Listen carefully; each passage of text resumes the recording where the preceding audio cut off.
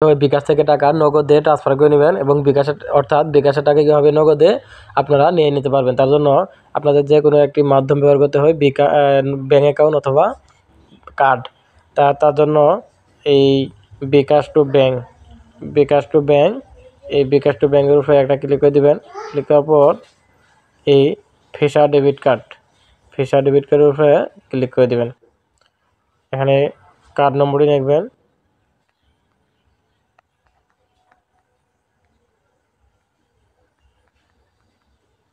এগিয়ে অপশনে ক্লিক করে দেবেন।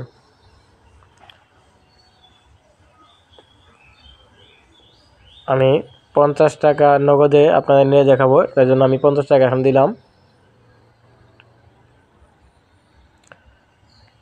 আমি 100 টাকা নিয়ে দেখাবো আজকে, এই জন্য 100 টাকা এখানে ক্লিক করে দিলাম।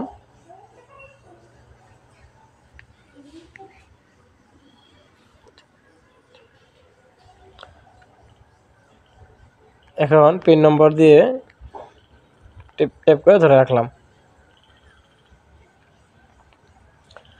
আমার টাকাটা কিন্তু বিকাশ থেকে কার্ডে চলে এলো। এখন আমার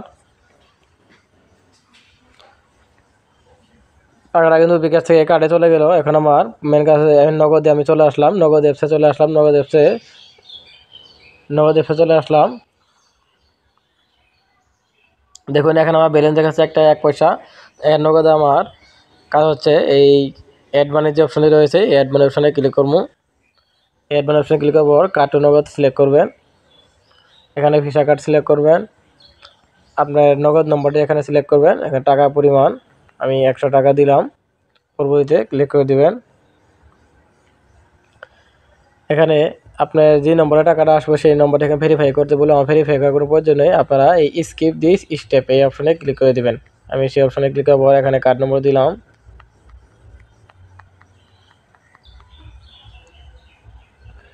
এখানে কার্ডের যে ভ্যালিড ডেট আছে, ভ্যালিড ডেটটা এখানে দিলাম।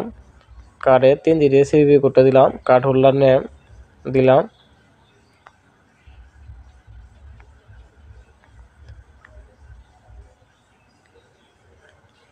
এই নিচে এই পে যে অপশনে দেখতে পাচ্ছেন, এই পে অপশনে ক্লিক করে দিলাম।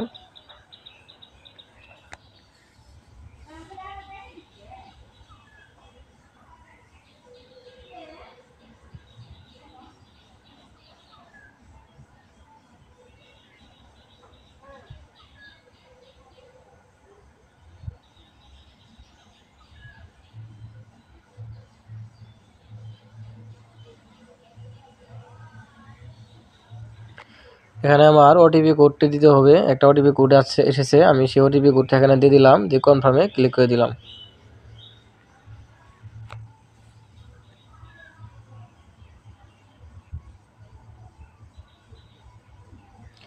দেখুন আমার টাকাটা কিন্তু আমার নগদ অ্যাকাউন্টে চলে এসেছে। এখন আমি নগদ নিয়ে যাচ্ছি।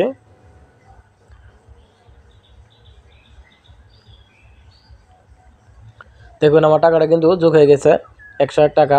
আগে ছিল 1 টাকা 1 পয়সা, অ্যান্ড আপনার 101 টাকা দেখাচ্ছে। আপনারা এভাবে সহজে বিকাশ থেকে নগদে টাকা আনতে পারবেন। তো আমার ভিডিওটি যদি আপনাদের ভালো লাগে অবশ্যই একটা সাবস্ক্রাইব এবং ভিডিওটি শেয়ার করে দিবেন। বিকাশ থেকে নগদে টাকা আনার জন্য অবশ্যই একটি ব্যাঙ্ক অ্যাকাউন্ট, যে কোনো একটি ব্যাঙ্ক অ্যাকাউন্ট এবং যে কোনো একটি ভিসা কার্ড ব্যবহার করতে পারেন।